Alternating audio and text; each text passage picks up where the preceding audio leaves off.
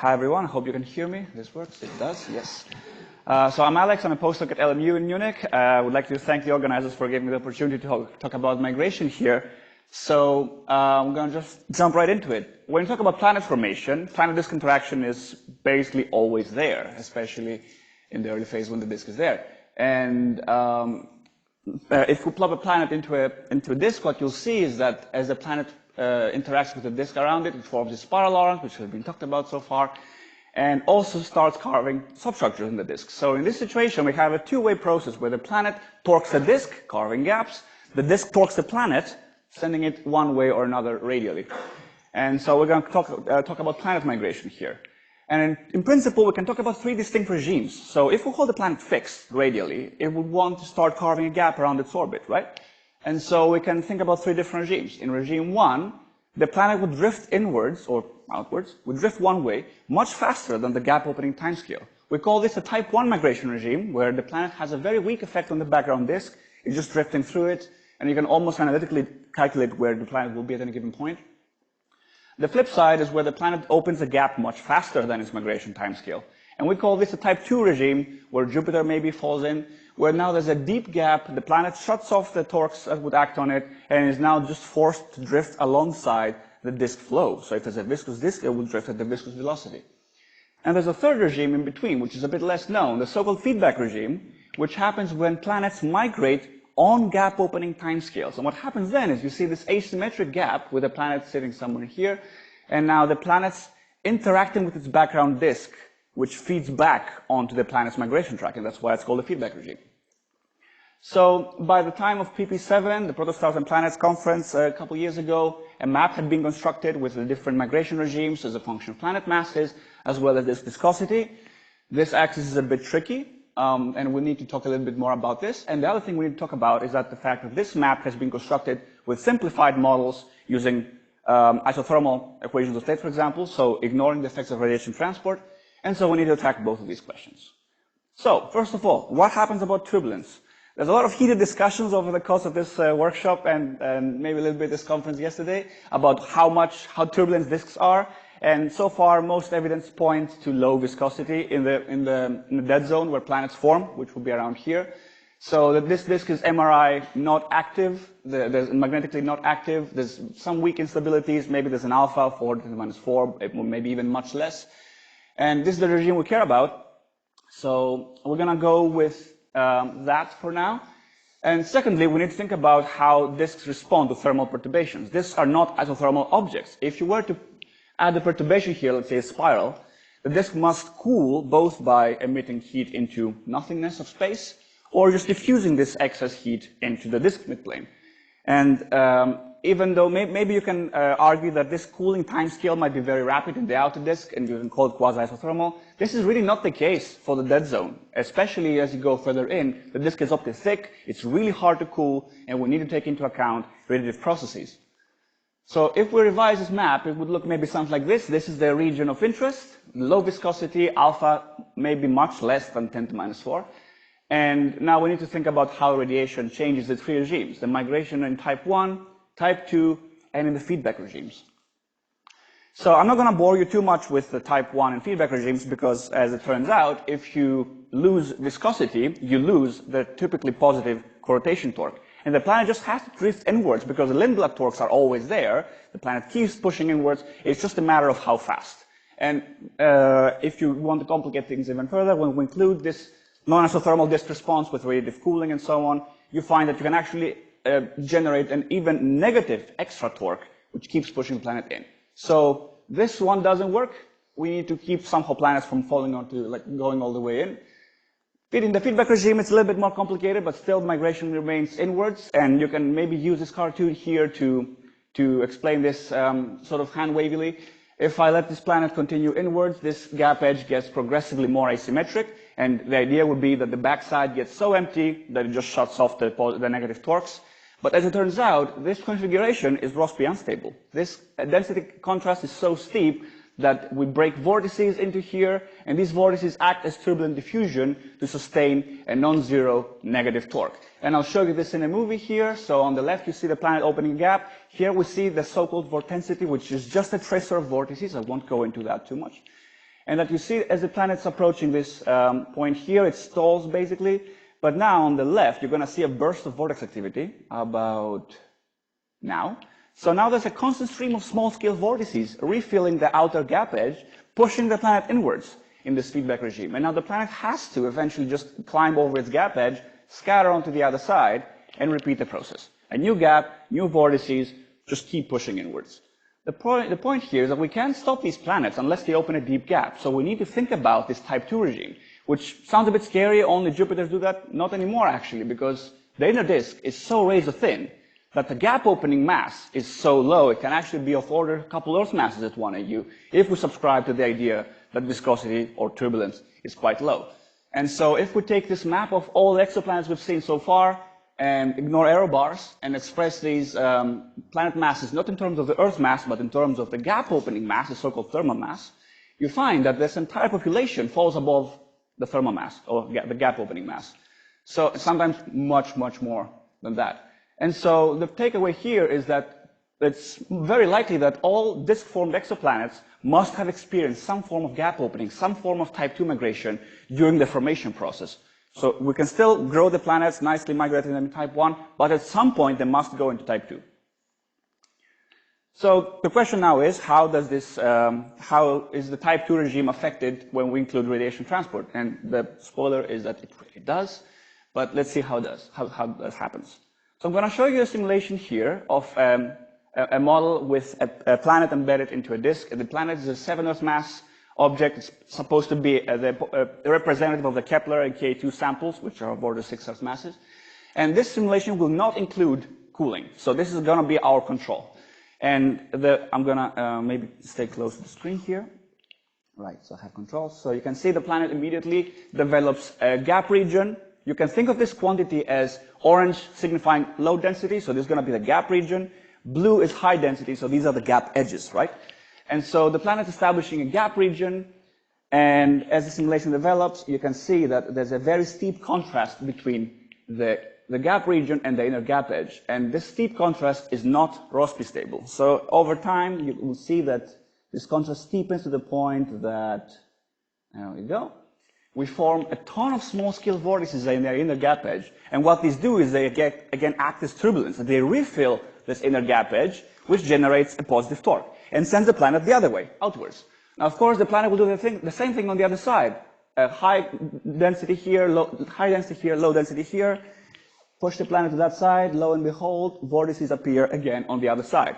Same game, different direction. The outer Lindblad torque is refilled, the planet's now pushed back in. And unfortunately for the planet, this has to keep going. So the planet's bouncing between its two gap edges, each time slightly refilling its gap, each time, on average, maintaining a non-zero torque. So even in this type 2 regime, you would predict that the planet would migrate with a viscous velocity, but it's actually migrating much faster than that. And so you would expect this planet to be lost to the star within less than a megayear.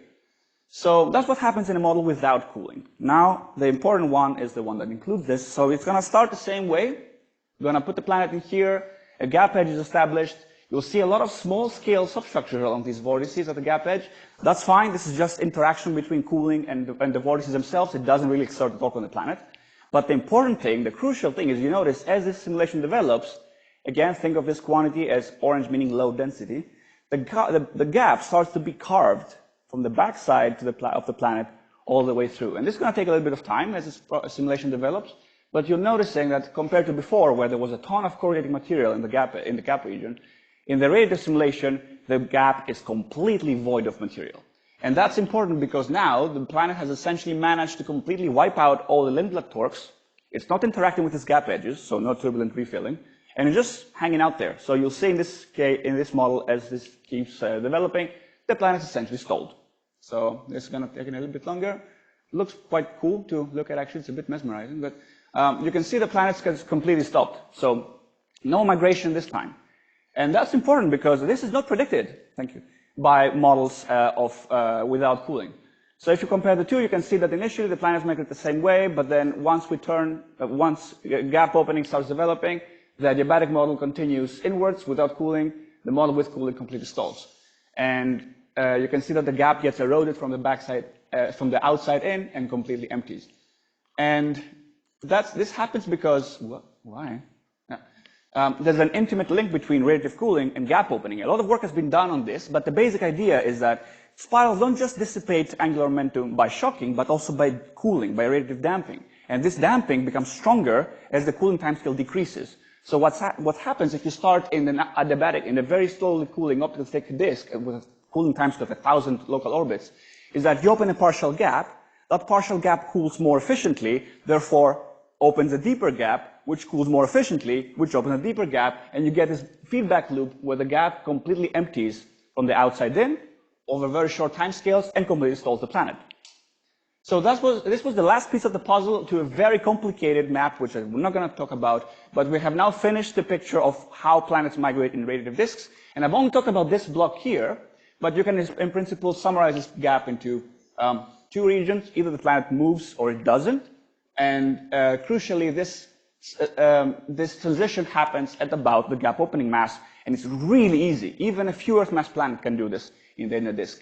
And you can now unravel this map and express it in units of, let's say, Earth masses versus radii, and you see that no matter what kind of formation track a planet takes, it will always end up in this little blue box. So this is really the end point of every planet's formation in terms of how it interacts with its surrounding disk.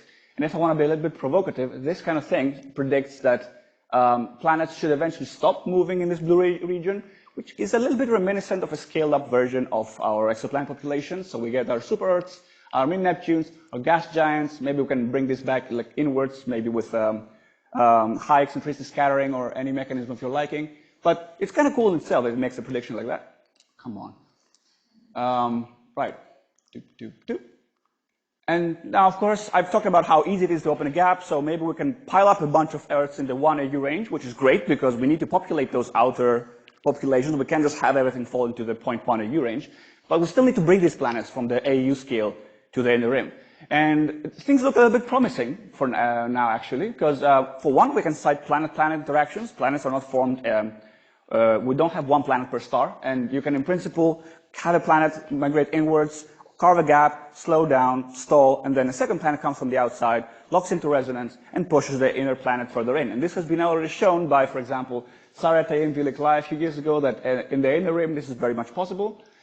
And but at the same time, the inner rim is a little bit more complex than just a simple power law. So it has been shown that the MRI must be active in the inner part of the disk. So there must be a transition of this viscous alpha from a high value to pretty much zero in the dead zone.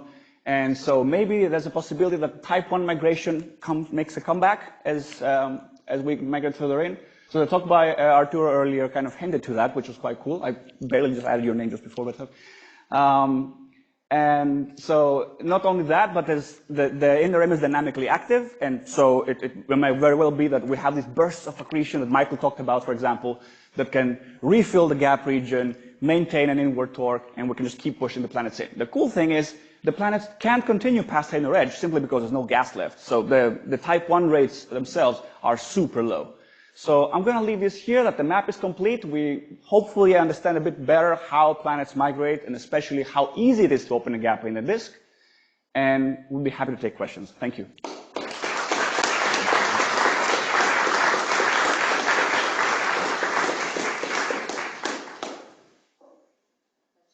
Alexandro?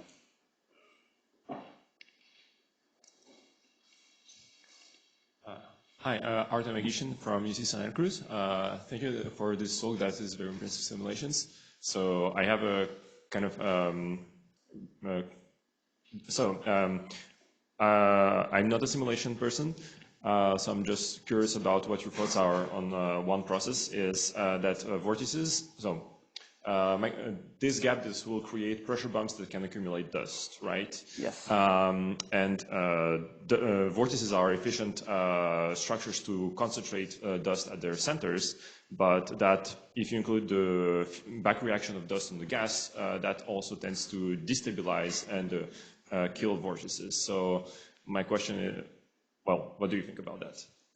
So I'm going to preface that by saying that in the inner disk, the dust, that even the millimeter dust, has such low Stokes number that it almost traces the gas. So we're looking at like Stokes numbers of 4 × 10⁻⁴, something like that. So it's very, very well coupled to the gas. Of course, on migration timescales, it will start decoupling. You'll see some accumulation of vortices. But thankfully, in this context, these vortices don't contribute to the torque. They're too far from the planet. They're outside on the gap edges, not within the gap where the Lindblad resonances are excited and they actually torque on the planet. But you're right. In principle, there's going to be a dust-gas interaction on the vortices, and there's work. I think also San also talked about this, the dusty-Rossby instability and how this is very complicated. This can affect really vortex lifetimes, but it's not going to change so much the torque on the planet. Eric Gaidos, University of Hawaii. Nice talk. So you've convinced us that the radiative cooling is critical to the gap opening and stalling the planet. So are you starting to think about effects like grain growth and settling as being crucial here, or the interaction between the planet formation and the dust population? Right. So there's two ways one can go here. One of these is adding the solid component and see if this claim that dust doesn't act to torque actually holds, which we will look into this at some point. For now, I think the next thing to really look at is whether a mean radial flow through the disk due to, let's say, wind or magnetic instability, like a horseshoe instability, can change these pictures, because now we've been talking so far about the disk is just completely static and nothing else. But if the disk is flowing, the planet would like to lock in with the disk in one of these regimes, for example. So that's one thing we're looking into. But the next step on the next thing on the chopping block is dust-gas interaction. This has to be. Jack Lissauer, have you looked at all when there are multiple planets that are close enough that they start affecting the same disk, or feeling the disk that a neighboring planet is affecting? Right. So not in this context, in these simulations. I have been part of projects that involve multiple planets, and then you can see some interesting planet-planet interactions, especially in the low viscosity regime. The idea here is that we would like to understand how a single planet goes through to maybe work out an effective torque, an effective time scale of migration. We can then plug that into population synthesis and do this on larger scales. That would be kind of the approach. But if I were to put 2 planets in this simulation, I don't think I would have any predictive power at that point. But it's something that needs to be done. Ralph Pudris McMaster, in your neat calculation here, are you just using beta cooling type of idea, or do you do more in real radiative transfer? My simulations involve real radiative transfer. So there is some of these simulations are 2D, some are 3D. They involve diffusion actual diffusion of radiation along the plane and cooling through the surfaces. In the 3D simulations, it's a 3D diffusion. So it's not just local beta cooling, but I use the cooling timescale as a measure of which regime I'm in. I can always compute that in post-processing, for example. But the simulations themselves include actual radiation transport. Good. And it's with both dust and gas? There's no dust in these simulations. This is gas only with an assumed well-coupled dust component with a fixed dust-to-gas ratio. Would dust cooling be important? Not in this regime, because the dust opacities for the grains that are actually, dust cooling is what's important, but comes from the micron-sized grains, right, which are extremely well coupled to the gas. The grains that decouple dynamically do not contribute to the opacity, because it's like, for these temperatures, it's a factor 10 to the 3 lower or 10 to the 4 lower than what the small grains do. So we can very safely assume that, you know, the grains that do the cooling just face the gas. Thanks. Adolfo Carvalho, Caltech. Given the importance of the heating and cooling budgets here, when you have these young planets, they should also be relatively somewhat luminous, even at some lower masses, and thus produce some amount of heating. Right. What impact do you think excess heating from the newly formed planet would have on your results? Good question. So the planet's luminosity has been shown to actually affect the type 1 migration, at least, up to a few Earth masses in the inner disk, maybe a couple of Earth masses. The trick here is that we're not in the type 1 regime anymore. So if you open a gap, there's no torques anymore left in the gap. So even if you modify these corrotation torques, if you wipe them out, there's no modification, right? So this would affect maybe something like here in this regime. The problem is that this regime in the inner disk, in the inner QAU, corresponds to like like a tenth of an Earth mass. So it's like really low, because even an Earth mass planet is up here, can open a gap. But it'll be irradiating the disk wall, right, as well? It would be, well, you need to accrete fast to emit strongly, so there's going to be a balance there. It's not going to be as efficient. But I don't think that the planet's accretion luminosity will be strong enough to actually overcome the effects of irradiation or even shock heating in this context. This will be what sets the temperature. Okay, thanks. Hi, Eiichiro Kokubo from National Astronomical Observatory of Japan.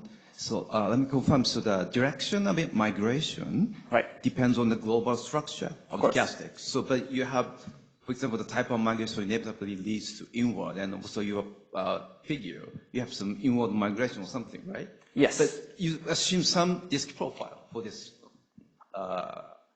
figure, right? Yeah, this assumes a density profile that's basically a temperature profile that's decaying outwards, right? That's the only ingredient you need to get Lindblad resonances pointing inwards, which is true for, I think, all of the disk, maybe not the outskirts, which is like more isothermal, but would actually be even more exaggerated in the inner parts where the temperature drops steeply from the MRI zone to the dead zone, right? So the Lindblad resonance torques are always negative. It's just a matter of how strong, but always negative. Okay, great. Thanks, Alexandro, again.